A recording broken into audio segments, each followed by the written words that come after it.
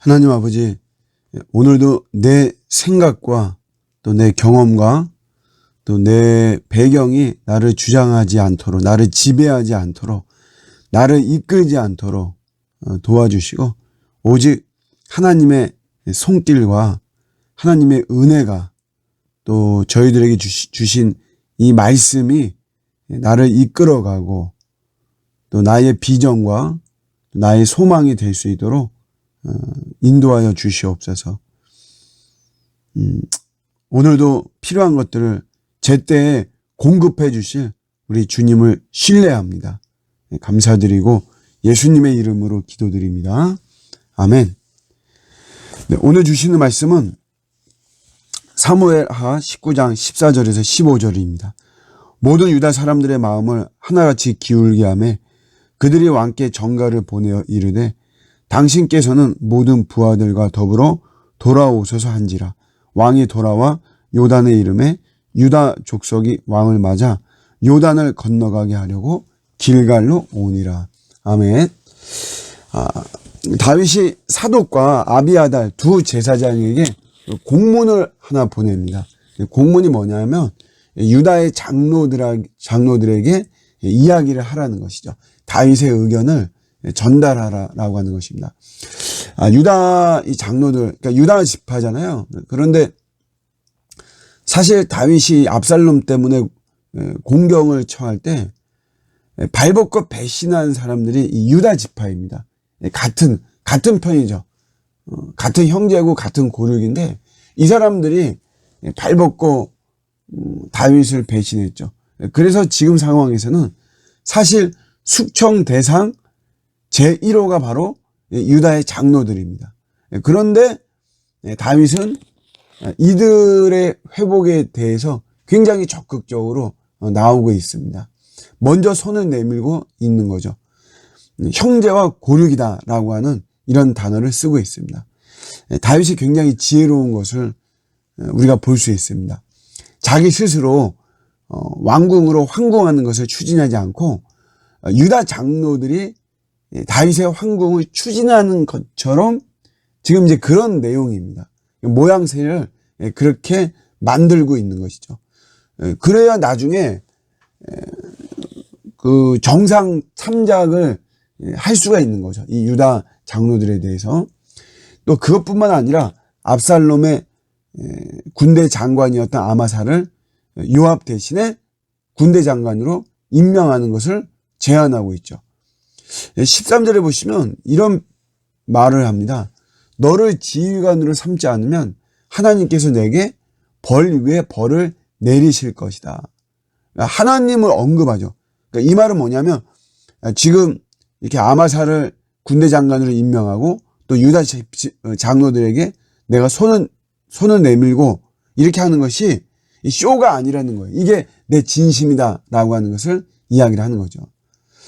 그러니까 다윗의 지금 이런 모습을 보면서 우리가 캐치해야 되는 것은 뭐냐면 다윗은 자기가 왕으로 다시 회복되는 것보다 지금 백성들의 마음을 만져주는 게 더 중요하다는 것을 지금 다윗은 알고 있어요. 우리는 이런 거를 캐치해야 되죠. 사실 이 유다의 장로들 또 다윗을 배신했던 많은 사람들에게는 굉장히 두려움이 많은 거죠. 두려움이 많은데 겁먹은 분위기란 것이죠. 그러니까 이 공동체가 사실은 평화롭고 안정되게 하나가 되는 게 더 중요한 것이에요. 자기가 왕이 되는 것보다. 다윗은 그거를 붙잡은 것이죠. 자신의 왕권 회복보다 자기가 왕이라는 자리에 다시 돌아가서 앉고 이러는 것보다 이 온 나라가 더 이 마음이 하나 되고 안정감 그런 것을 갖는 것이 더 중요하다라고 하는 것을 이야기를 하는 것이죠. 하나됨의 중요성을 우리가 볼 수 있습니다. 안정감 있는 분위기라고 하는 게 되게 중요합니다. 어떤 공동체가 겁먹는 분위기, 겁을 주고 겁을 먹고 불안하고 이런 것이 아니라 차분하게 안정감을 갖게 하는 이런 분위기가 굉장히 중요하죠. 우리가 일용할 양식을 구하라고 했습니다. 하루가 보장되어지지 않는데 한 달이나 아니면 1년의 미래를 생각하고 꿈꾸고 움직인들 그게 무슨 사실 의미가 있겠어요? 오늘 하루 내가 어떻게 될지 모르는데.